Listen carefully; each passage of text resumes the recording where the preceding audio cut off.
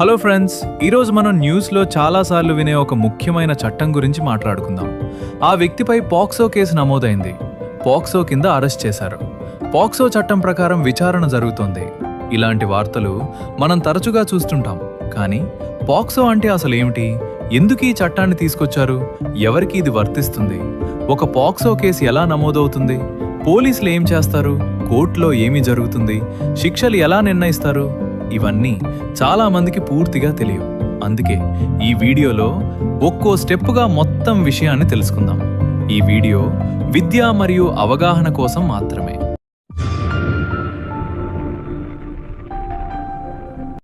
ముందుగా పాక్సో అనే పదం అర్థం తెలుసుకుందాం.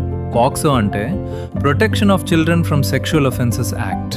తెలుగులో చెప్పాలంటే 18 సంవత్సరాల కంటే తక్కువ వయసు ఉన్న పిల్లలను లైంగిక నేరాల నుంచి రక్షించటానికి రూపొందించిన ప్రత్యేక చట్టం.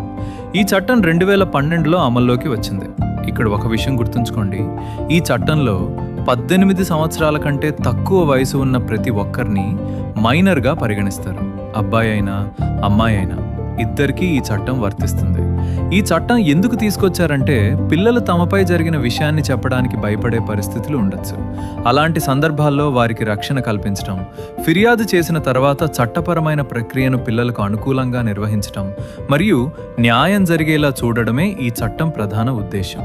ఇక్కడ ఇంకో విషయం చాలా ముఖ్యం. పాక్సో అంటే కేవలం శిక్షల చట్టం కాదు, ఇది పిల్లల హక్కులను, భద్రతను, ప్రైవసీ కూడా కాపాడే చట్టం. అందుకే ఈ చట్టాన్ని చాలా ముఖ్యమైన రక్షణ చట్టంగా భావిస్తారు.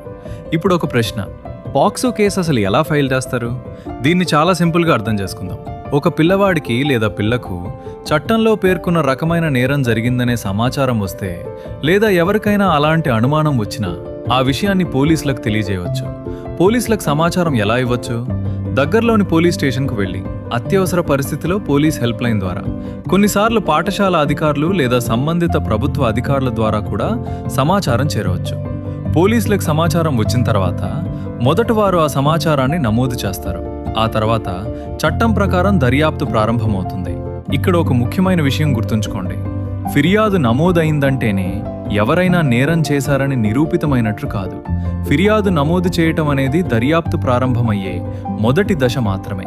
ఆ తర్వాత పోలీసులు అందుబాటులో ఉన్న ఆధారాలను సేకరిస్తారు, సాక్షులతో మాట్లాడతారు, చట్ట ప్రకారం అవసరమైన ప్రక్రియను అనుసరిస్తారు. ఈ మొత్తం ప్రక్రియలో పిల్లల ప్రైవసీ ప్రాధాన్యం ఇస్తారు. అందుకే ఇలాంటి కేసుల్లో బాధితుల పేరు, ఫోటో లేదా గుర్తించే వివరాలను బయట పెట్టకూడదు. ఇది చట్టపరంగానే కాదు, సమాజంగా మన బాధ్యత కూడా. ఇప్పుడు ఇంకో ముఖ్యమైన ప్రశ్న, పోలీసులు దర్యాప్తు ఎలా చేస్తారు? పిల్లలతో ఎలా మాట్లాడాలి? ఈ కేసులను సాధారణ కేసుల కంటే ఎందుకు భిన్నంగా చూస్తారు? తెలుసుకుందాం. ఇప్పటి వరకు పాక్సో అంటే ఏమిటో, కేసు ఎలా నమోదవుతుందో తెలుసుకున్నాం. ఇప్పుడు ఫిర్యాదు నమోదైన తర్వాత పోలీసులు ఏం చేస్తారో చూద్దాం. చాలామందికి ఒక అపోహ ఉంటుంది, కేసు పెట్టారంటే వెంటనే శిక్ష పడిపోతుంది అని. కానీ అది నిజం కాదు. ఫిర్యాదు నమోదైన తర్వాత పోలీసుల మొదటి పని నిజమేంటో తెలుసుకోవటం. అందుకే వారు దర్యాప్తు ప్రారంభిస్తారు.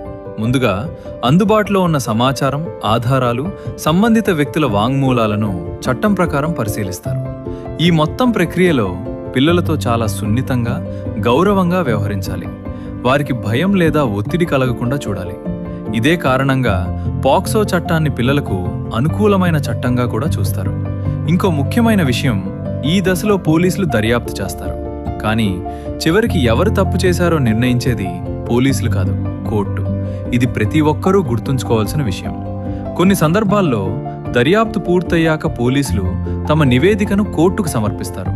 ఆ తర్వాత కోర్టు విచారణ ప్రారంభమవుతుంది. అక్కడ అందుబాటులో ఉన్న ఆధారాలు, సాక్షుల వాంగ్మూలాలు మరియు చట్టపరమైన అంశాలను పరిశీలించి నిర్ణయం తీసుకుంటారు. అందుకే సోషల్ మీడియాలో వచ్చే ప్రతి వార్తను చూసి వెంటనే తీర్పు చెప్పడం సరైన పద్ధతి కాదు. నిజమేంటో చట్టపరమైన విచారణ పూర్తయ్యాకే స్పష్టమవుతుంది. ఇప్పుడు మరో ముఖ్యమైన విషయం, పాక్సో కేసులో శిక్షలు ఎలా ఉంటాయి? దీనికి సమాధానం, ఒకే రకమైన శిక్ష ఉండదు. ఎందుకంటే ప్రతి కేసు ఒకేలా ఉండదు. జరిగిన ఘటన స్వభావం, అందుబాటులో ఉన్న ఆధారాలు, చట్టంలోని వర్తించే నిబంధనలు ఇవన్నీ పరిశీలించిన తర్వాతే కోర్టు నిర్ణయం తీసుకుంటుంది. అందుకే ఈ కేసుకు ఖచ్చితంగా ఇంత శిక్షే పడుతుంది అని ముందే చెప్పడం సరైంది కాదు. చివరి నిర్ణయం ఎప్పుడూ కోర్టుదే. ఇక్కడ మరో ముఖ్యమైన విషయం, పాక్సో చట్టం ఉద్దేశం కేవలం శిక్షలు విధించడం మాత్రమే కాదు, పిల్లలకు రక్షణ కల్పించడం, వారి గోప్యతను కాపాడడం, చట్టపరమైన న్యాయం అందేలా చూడడం కూడా. అందుకే ఈ చట్టంలో పిల్లల గుర్తింపును రహస్యంగా ఉంచడానికి ప్రత్యేక ప్రాధాన్యం ఇచ్చారు. ఇప్పుడు ఇంకో విషయం, కొన్నిసార్లు సోషల్ మీడియాలో లేదా వాట్సాప్లో పూర్తి వివరాలు తెలియకుండా వార్తలు వైరల్ అవుతుంటాయి. కానీ ప్రతి వైరల్ సమాచారం నిజం కావాల్సిన అవసరం లేదు. అందుకే ఎప్పుడూ అధికారిక సమాచారం, కోర్టు ప్రక్రియ మరియు నమ్మకమైన వార్తలనే విశ్వసించాలి. చట్టం విషయంలో ఊహాగానాల కంటే నిజాలు తెలుసుకోవడం చాలా ముఖ్యం. ఇప్పుడు ఒక ముఖ్యమైన ప్రశ్న, ఈ చట్టం గురించి మనం ఎందుకు తెలుసుకోవాలి? ఎందుకంటే చట్టం గురించి అవగాహన లేకపోతే చాలా అపోహలు ఏర్పడతాయి. న్యూస్లో ఏదైనా చూసినా, సోషల్ మీడియాలో ఏదైనా చదివినా నిజమేమిటో తెలుసుకోకుండా చాలామంది నిర్ణయానికి వచ్చేస్తారు. కానీ చట్టం అలా పనిచేయదు. ప్రతి కేసుకు ఒక ప్రక్రియ ఉంటుంది, దర్యాప్తు ఉంటుంది, విచారణ ఉంటుంది. ఆ తర్వాత మాత్రమే కోర్టు తీర్పిస్తుంది. అందుకే చట్టాన్ని గౌరవించడం, నిజమైన సమాచారం తెలుసుకోవడం మరియు పిల్లల భద్రత గురించి అవగాహన పెంచుకోవడం ప్రతి ఒక్కరి బాధ్యత. తల్లిదండ్రులు పిల్లలతో నమ్మకంగా మాట్లాడాలి, వారి సమస్యలను వినాలి. ఉపాధ్యాయులు పిల్లలకు భద్రత గురించి అవగాహన కల్పించాలి. సమాజంగా మనమంతా పిల్లలు భయపడకుండా సురక్షితంగా ఉండే వాతావరణం కల్పించాలి. ఫ్రెండ్స్, ఈరోజు మనం పాక్సో చట్టం గురించి మొదటి నుంచి చివరి వరకు చాలా సింపుల్గా తెలుసుకున్నాం. ఈ వీడియోలో తెలుసుకున్న ముఖ్యమైన విషయాలు: పాక్సో అంటే ఏమిటి, ఈ చట్టం ఎందుకు వచ్చింది, ఎవరికి వర్తిస్తుంది, కేసు ఎలా నమోదవుతుంది, పోలీసులు ఎలా దర్యాప్తు చేస్తారు, కోర్టు ఎలా విచారణ చేస్తుంది, శిక్షలను ఎవరు నిర్ణయిస్తారు, ప్రతి ఒక్కరికి అవగాహన ఎందుకు అవసరం.